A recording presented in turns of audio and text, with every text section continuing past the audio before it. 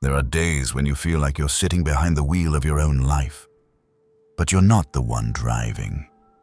A cold look from a stranger leaves you brooding all afternoon. An unanswered text keeps you tossing and turning late into the night. A small mistake haunts you for weeks. Deep down, you know you don't want to live like this. You don't want your emotions steering you through every storm. And you don't want to keep apologizing for the things you did when you weren't thinking clearly. But how do you reclaim control? How do you stay rational when everything around you is in chaos? Stoic philosophy doesn't promise to make life easier, but it teaches you how to become stronger. The 15 lessons in today's video won't turn you into someone who feels nothing, but they will help you stop being a slave to your emotions. Because you deserve to live as a free human being, free in thought, in action, and in the way you choose to face the world. Lesson 1. Emotions are not commands.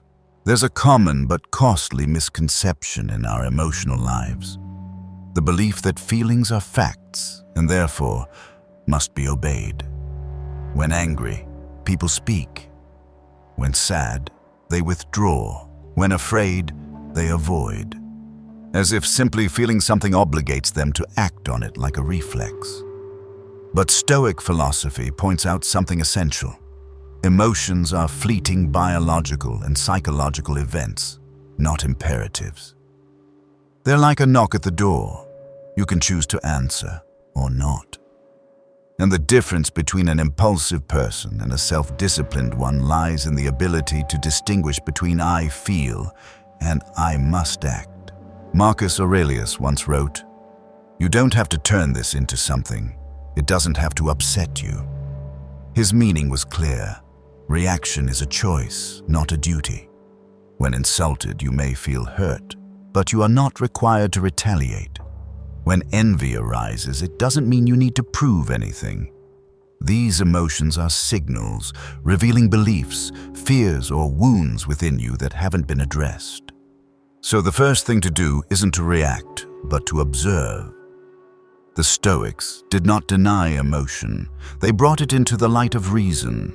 They asked, what belief is creating this emotion? Am I misinterpreting this situation? Am I carrying an old wound? By asking such questions, they stepped out of the role of being controlled. They became the pilot of the ship, not the leaf drifting on the stream. When you realize that you are not your emotions, that you are merely experiencing them, you begin to take back control. You can feel anger without lashing out, sadness without falling apart, worry without freezing. And in that moment, you are no longer a slave to the mind. You are the master, the one who decides what is worth acting on and what should be allowed to pass. From that point, inner freedom begins. Lesson 2. Name the emotion to neutralize it. When emotions arise, most of us don't notice them right away. Instead of observing, we get swept up, becoming part of the feeling without realizing it. We aren't feeling anger. We are the anger. We don't sense fear. We become fear. In that state, reason vanishes, and our actions are ruled by instinct. But the Stoic knows that the first step to reclaim control isn't suppression. It's accurate naming. Something as simple as saying to yourself, "This is anger," or "This is worry," might seem small, but it's remarkably powerful. That act of naming helps you step back from the emotional surge. You're no longer standing in the storm, you're outside it, observing from a safe distance. That separation, even for a few seconds, opens the door for reason to enter. When you name the emotion, you move from reacting to responding, on purpose. Marcus Aurelius once wrote, "You have power over your mind, not outside events. Realize this and you will find strength." That strength begins with awareness. Emotions aren't wrong, but unrecognized emotions are dangerous. They build, compound, and erupt in ways we don't expect. But when you practice naming each feeling as it arises, you train yourself to observe rather than be consumed. This habit, if repeated enough, turns you into the master of emotion. When others lose their temper, you stay composed. When fear surges, you move forward. When sadness arrives, you don't collapse, because you've created space between yourself and the waves in your mind. And from that space, you choose reason over reflex, calm over chaos. This isn't avoiding emotion. It's facing it and freeing yourself from its invisible rule. Lesson 3. Practice discomfort. In the modern world, comfort is always within reach. One tap, and food shows up at your door. The AC comes on when it's just a little warm. A movie distracts you from emotional emptiness. A phone scroll numbs your sadness. Life has become so easy that we rarely endure anything, and our capacity to endure slowly withers. The Stoics saw this danger centuries ago. They understood that if you can only live well when life is smooth, you'll fall apart when adversity comes. So they chose a different path, practicing discomfort even when no one forced them. Seneca, one of the great Stoic philosophers, was wealthy and respected, yet he often slept on the floor, wore rough clothing, and ate simple meals. Not to punish himself, but to ask, "Is this what I feared?" Every time he entered deprivation by choice, he discovered that the fear of loss was an illusion. By choosing the lack, he freed himself from the obsession with holding on to abundance. Practicing discomfort isn't extreme asceticism. It's about creating small challenges in daily life to train the mind. Take a cold shower instead of a warm one. Skip breakfast for a day. Go without your phone. Decline a craving you could easily satisfy. These small acts, done with awareness, send a powerful message to the mind. I am not controlled by my own needs. The Stoic knows that when you no longer rely on comfort to feel okay, you become free. You no longer shake when things go wrong. You stay grounded when life stops catering to you. You're not fragile, you're resilient, adaptable, hard to break. And in this chosen simplicity, you rediscover an inner richness that comfort could never provide. Lesson 4. Prepare for adversity. One common mistake that throws people into crisis is the assumption that things will always go smoothly. When hardship comes, they're hurt not just by the event, but by the shock that it happened. They feel betrayed, out of control, overwhelmed, and easily pulled into a spiral of negative emotion.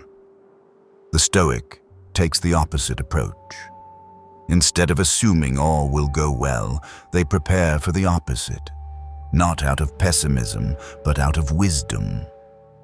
Preparation doesn't increase pain, it decreases surprise, and with it, the damage adversity can cause. Marcus Aurelius called this premeditatio malorum, premeditation of evils. Before each day began, he imagined being insulted, failing, losing, even facing death. This didn't fill him with dread. It made him more calm when those things came to pass. Because when the mind has seen the worst-case scenario, it's no longer stunned when it arrives. We can't control the world, but we can control our readiness. An athlete doesn't wait for game day to start training. A soldier doesn't wait for war to learn to use a weapon. And a Stoic doesn't wait for heartbreak to practice endurance. They prepare for difficulty by visualizing it, accepting it mentally, then letting it go. With daily practice, you begin to see adversity differently. Instead of asking, "Why is this happening to me?" you ask, "What is this here to teach me?" Instead of panicking, you take a step back. Instead of complaining, you begin acting. You are no longer a helpless victim, but a calm observer, ready to face life as it is, not fragile, not frantic, but steady like a stone in a storm. And from this preparation, peace emerges, not because life got easier, but because your mind got stronger. Lesson 5. The only question worth asking. When emotions arise, we often look for reasons. Who made me feel this way? Why did they treat me like that? Do I deserve this? These questions only cloud the mind and pull you further from clarity. The Stoic doesn't seek explanations for emotion. They ask a simpler, far more powerful question. Is this emotion useful? If it is, keep it. If not, let it go. Because no matter how intense a feeling may be, if it doesn't serve right action, it's just noise. Seneca once wrote that we suffer not from events, but from our judgment of them. When you feel anger, ask yourself, will this anger help me do the right thing? When anxiety creeps in, stop and ask, is this worry sharpening my judgment or paralyzing me? More often than not, you'll find emotion dragging you away from clarity rather than toward a solution. And if it's not useful, you have every right to stop feeding it. That question is like a filter. Everything that passes through your mind gets tested. Will this move me forward, guide me to right action, make me better? If the answer is no, then no matter how real the emotion feels, it doesn't deserve your time, energy, or integrity. You don't need to punish yourself for feeling something. Emotions are natural, but what you can train is your response, whether you choose to let it go or carry it like an invisible burden. The Stoic understands that the right question is a tool to purify the mind. It helps simplify what seems complex and returns you to clarity. When you're used to asking that question, you no longer act from blind impulse. You respond with reason, with values, with what truly benefits yourself and others. And the moment you ask, is this emotion useful? You've already begun to live as a free person. Lesson 6. Draw the line between what's yours and what's not. One of the greatest sources of suffering is our effort to control what lies beyond our reach. We want others to understand us, circumstances to go our way, the past to be different, and the future to be secure. But the more we cling to things outside our control, the more we lose our inner peace. The Stoic faces this truth directly and draws a clear boundary. What belongs to you and what doesn't. Epictetus, one of the most important Stoic philosophers, opens his Enchiridion with, "Some things are up to us, and some are not." And your life will begin to change the moment you stop spending energy on what isn't yours. You cannot decide what others think, say, or do. You cannot change the weather or make someone love you again. But you can govern your own thoughts, emotions, words, and actions. That is the domain of true freedom. This clarity acts like a mental compass. When things don't go your way, instead of reacting blindly, you pause and ask, is this within my control? If yes, you act. If not, you let it go. Not out of bitterness, but with conscious acceptance. Letting go doesn't mean giving up. It means stopping the waste of time on what is useless and channeling your energy toward what you can actually change. The Stoic lives with a deep sense of responsibility, but only to what truly belongs to them. They give their full effort to what's in their hands, and they don't torment themselves over the rest. This is what creates inner lightness. You're no longer wrestling with everything as if you could control the whole world. You simply do your part, think clearly, act with integrity, respond with calm. The outcome? Let life decide. And when you live this way, you won't just worry less, rage less, and hurt less. You'll feel stronger than ever. because you've finally returned to the mastery of yourself. Lesson 7. Look from above. When we feel insulted, disappointed, or overwhelmed by negativity, our emotions tend to magnify. A careless comment can feel like a deep wound. A small failure can shake our entire sense of worth. In such moments, our mind feels locked in a dark room where everything seems heavy, personal, and urgent.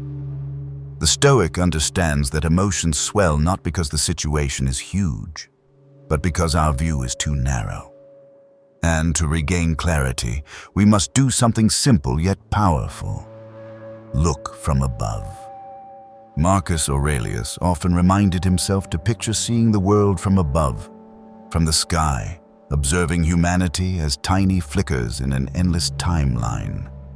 An argument, a wound, a regret, all become smaller when placed in the vast context of life. Looking from above doesn't reject emotion, it puts it in perspective. You realize that what angers you today might not even be remembered next week. And what worries you now, in the scope of the universe, is a grain of sand in a desert. Perspective shapes emotion. When you view everything through your personal lens, you're easily hurt. But when you step back and widen your view, you see you're not the center of the universe. You're just one piece in a vast picture. And so, there's no reason everything must revolve around your emotions. Looking from above reminds you, I'm still alive, still have chances, and this isn't the end of the world. Practicing this lesson means pausing in the middle of an emotion and deliberately changing your vantage point. Imagine looking down from a mountain, a plain, or even from outer space. You might close your eyes and picture your older self looking back at this moment. Would it still matter? That's how you escape the maze of reaction and return to wisdom. Because when you see the whole, you're no longer consumed by the detail.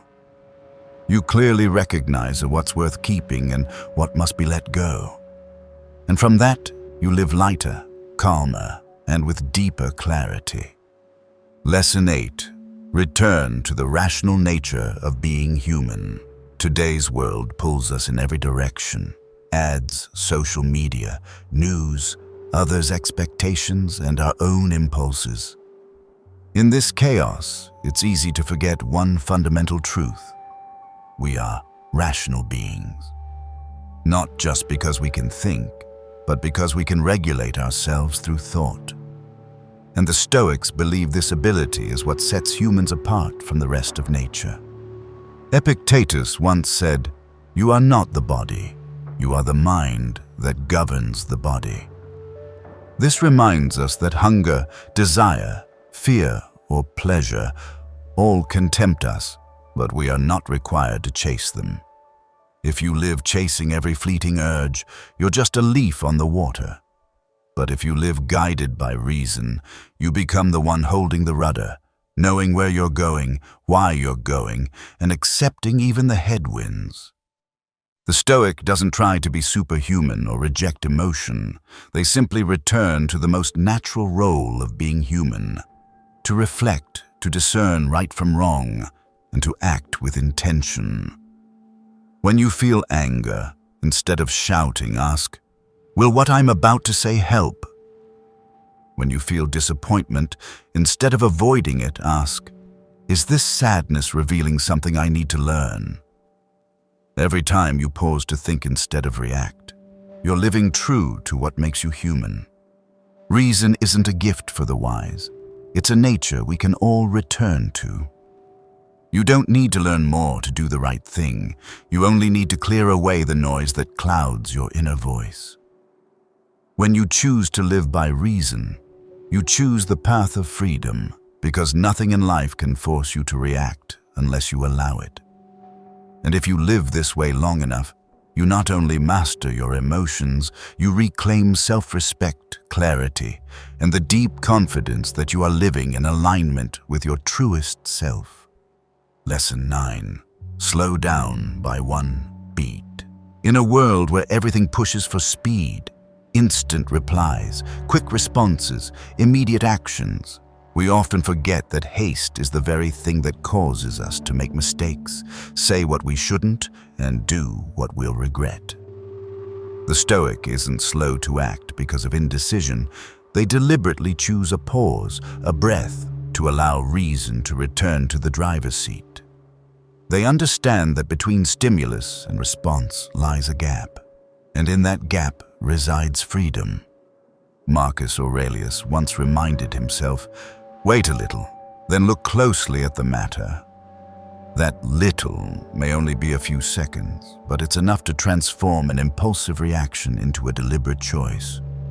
When someone insults you, you could lash out instantly, or you could slow down a beat and ask, "Will my reaction help in any way?" When bad news arrives, instead of panicking, you can take a breath and ask, "What part of this can I control?" Slowing down doesn't mean weakness. It's the sign of someone who has mastered restraint, who doesn't let emotions rob them of their dignity or inner peace. In Stoic philosophy, responsiveness isn't about speed. It's about how quickly you regain clarity. And that clarity only comes when you've practiced slowing down as a habit. You don't need a meditation retreat or complex books. Just remember, every time you're about to speak in anger, judge someone without understanding, or give up after failure, pause. Count to 3. Ask a question. Breathe. Then act. When you learn to slow down by a beat, you no longer act according to others' expectations. You respond based on the values you've chosen to live by. You're pulled less and drawn more to your own center. In a chaotic world, the one who knows how to slow down is the one who walks in the right direction. And a right action, even if it arrives a few seconds late, is worth more than 100 wrong reactions done too soon. Lesson 10. Turn hardship into mental training. To most people, hardship is something to avoid, an obstacle that weighs life down.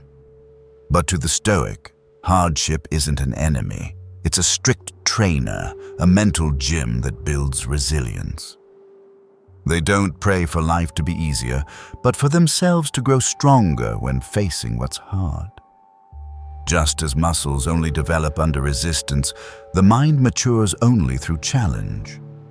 Marcus Aurelius once wrote, "The impediment to action advances action. What stands in the way becomes the way." In other words, when something frustrates you, unsettles you, or causes pain, you don't retreat from it, you move into it, as if that's exactly where your training is meant to happen. An insult becomes a workout in patience. A failure is a chance to practice getting back up. An unpleasant person becomes an opportunity to cultivate calm and compassion. Any situation can be a training session if you choose to see it that way. Instead of asking, "Why is this happening to me?" the Stoic asks, "What part of me is this here to train?" This question shifts your mindset from victimhood to responsibility. You no longer feel life is beating you down. You see it as preparing you for something greater. And this shift in perspective transforms hardship from burden to tool. Practicing this lesson doesn't require anything grand. Every time you feel discomfort, a long meeting, a difficult client, hunger between meals, think, "This is training." You're not just surviving the moment, you're upgrading who you are. You begin to view adversity through a different lens, seeing not punishment, but improvement. And day by day, week by week, you grow steadier, not because life gets easier, but because you've grown stronger with every test it gives you. Lesson 11. Appreciate without clinging. People tend to fall into one of two extremes. Either they cling desperately to what they have, or they act indifferent and cold, as if they need nothing. But the Stoic chooses a middle path, where you can genuinely appreciate the good things in life: love, health, reputation, wealth, without becoming a slave to any of them. They understand that all things outside of us, no matter how precious, can never be guaranteed.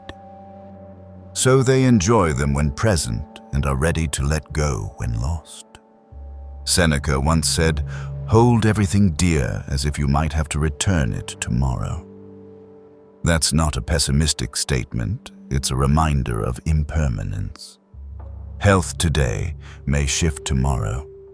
A loved one today may leave next year. A fortune saved over a lifetime could disappear in a single incident. If you cherish things with that spirit, loving fully while knowing you don't truly own them, you no longer live in fear of loss, nor do you mistakenly believe these things define your worth. The Stoic trains the mind to be deeply grateful, yet unbound. They enjoy a good meal with gratitude, but are equally content with plain bread when needed. They love sincerely, but don't lose themselves when a relationship ends. They embrace comfort, but can live simply without resentment. They are not cold, but they are composed. Not because they don't feel the beauty of life, but because they know beauty lies not in possession, but in how we receive and release it. When you live with appreciation without attachment, you can enjoy the present fully while guarding your inner freedom. You no longer fear loss, and you don't bend your life trying to control it. You recognize what is truly valuable, but you also know that your dignity doesn't come from holding on to everything, but from your ability to move forward when things change. And that is the most enduring strength. Lesson 12. Define yourself by role, not outcome. In a world obsessed with achievement and results, we often measure our worth by what we accomplish, how much money we earn, what title we hold, how many people admire us, how successful our projects are. But the Stoic uses a different metric. They don't ask, "What have I achieved?" They ask, "Am I fulfilling my role?" Because outcomes are unpredictable, but your role is always within your control, and that is where lasting peace begins. Epictetus taught, "If you are a father, fulfill the role of a father. If you are a citizen, fulfill the role of a citizen. If you are a rational being, live in accordance with reason." What matters is not whether others recognize you or whether the outcome matches your desire, but whether you performed your part with integrity, commitment, and steadiness. When you live this way, praise no longer sways you, criticism no longer breaks you, and you no longer need to prove your worth through external measures. Defining yourself by your role keeps you grounded through both success and failure. When things go well, you don't become arrogant, because you know success is a bonus, not your essence. When things fall apart, you don't collapse, because you know you fulfilled your duty. The only question that matters is, did I do this with kindness, fairness, and resolve? If yes, then no matter the result, you can walk tall. The Stoic does not chase perfection. They aim to fulfill their duty well. Role is the inner compass that guides them through the noise of life. When you root your identity in role, you no longer sway with every change in the world. You stand like a fixed pillar, not because of outcomes, but because you know who you are, and you live that truth daily. And from that steadiness, you build a life of dignity, self-respect, and resistance to every passing wind. Lesson 13. Don't absorb other people's emotions. Humans are empathetic beings, and that is a gift. But without discipline, empathy can easily turn into emotional contagion. When someone is angry, we find ourselves irritated. When someone complains, our mood sinks. When surrounded by negativity, we gradually lose our inner peace. The Stoic understands that while other people's emotions are beyond their control, their own response is always within their power. Therefore, They do not allow their mind to be swept away by emotions others carry. Epictetus once said, "It's not what happens that troubles you, but how you interpret it." And your interpretation is influenced not only by circumstances, but also by the energy others bring. You walk into a tense room, and within minutes you feel uneasy without knowing why. That's emotional contagion, quiet but powerful unless you are clearly aware of it. The Stoic trains for inner soundproofing. They listen without allowing their mind to dissolve into the emotion being broadcast. They empathize without absorbing. They stay present without merging.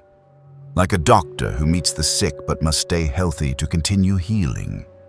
To do this, they build mental boundaries, knowing which emotions belong to others and which ones they are responsible for. When others overreact, they don't rush to react back. They let those emotions pass like wind without letting them take root. You can love someone without being pulled into their chaos. You can help without being dragged into their loss of control. That isn't coldness, it's clarity. Because if you let your mind be shaped by every energy around you, you lose the ability to lead yourself. And a person who cannot lead themselves cannot guide anyone else for long. Don't let others' emotions live in your mind as if they were your own. Preserve your clarity like a private sky, where you can observe without being overwhelmed. That calmness is the foundation of true compassion, one that stands firm, unmoved, and immune to contagion. Lesson 14. End the day with journaling. On the journey to mastering the mind, what matters isn't just how you react in the moment, but how you reflect afterward. The Stoic does not let a day slip away without meaning. They treat each day as a practice, and at the end, they review that practice with honesty and composure.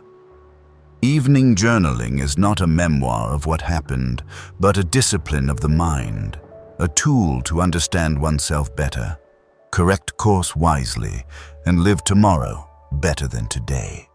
Seneca once advised, "When night falls and my wife is asleep, I examine the entire day, reviewing what I've done, said, or overlooked."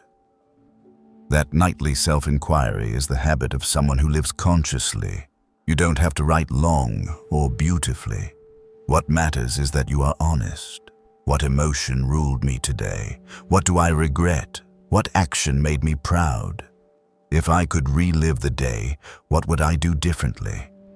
As you maintain this habit, you start to notice recurring patterns, moments that spark your temper, times when your focus fades, or thoughts that weaken your resolve.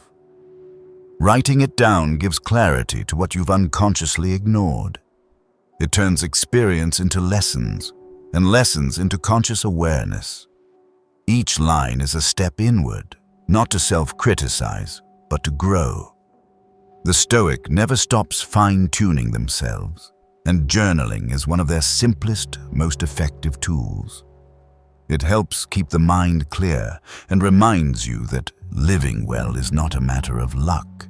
It's a matter of ongoing discipline. When you write, you close the day in awareness and open the next with direction. It is more than recording thoughts. It is a quiet commitment to yourself that you will not drift through life, but live it on purpose, one day at a time. Lesson 15. Carry a mental arsenal. No one walks onto a battlefield unarmed. And life, with its surprises, pain, betrayals, and failures, is exactly such a battlefield. The Stoic knows that to avoid being overwhelmed by emotion, they must carry a mental arsenal, a prepared inner kit ready to be drawn upon when the mind is tested. These weapons are not grand. They can be a quote, a reminder, a piece of writing, or a mental image you've created to stay anchored. Marcus Aurelius carried with him the very journal entries he wrote. Reminders like, "Do not let your mind be agitated by what is beyond your control." For Epictetus, it was the unshakable principle, No one can harm you unless you permit it. Each Stoic has their own mental support system, not from external tools, but from internal training through repetition and intentional memory. You too can build such an arsenal. Write down the words you need to hear when you're weak. Print a passage that helps you rise when you fall. Practice deep breathing, slow counting, or mentally stepping back. Every tool you prepare today becomes your lifeline tomorrow. And when adversity arrives, as it surely will, you won't scramble for footing because you've already stocked your defenses. The Stoic doesn't hope for ease. They hope to be ready, and that readiness begins in the mind, with small tools repeated daily until they become part of who you are. I used to think that controlling emotions meant suppressing them, putting on a strong face even when I was falling apart inside. But the longer I live, the more I understand that strength doesn't lie in feeling nothing. It lies in staying clear-headed when emotions surge. Stoic philosophy didn't teach me to become cold. It taught me to hold on to reason in the midst of chaos. Each lesson on this journey hasn't made me more rigid.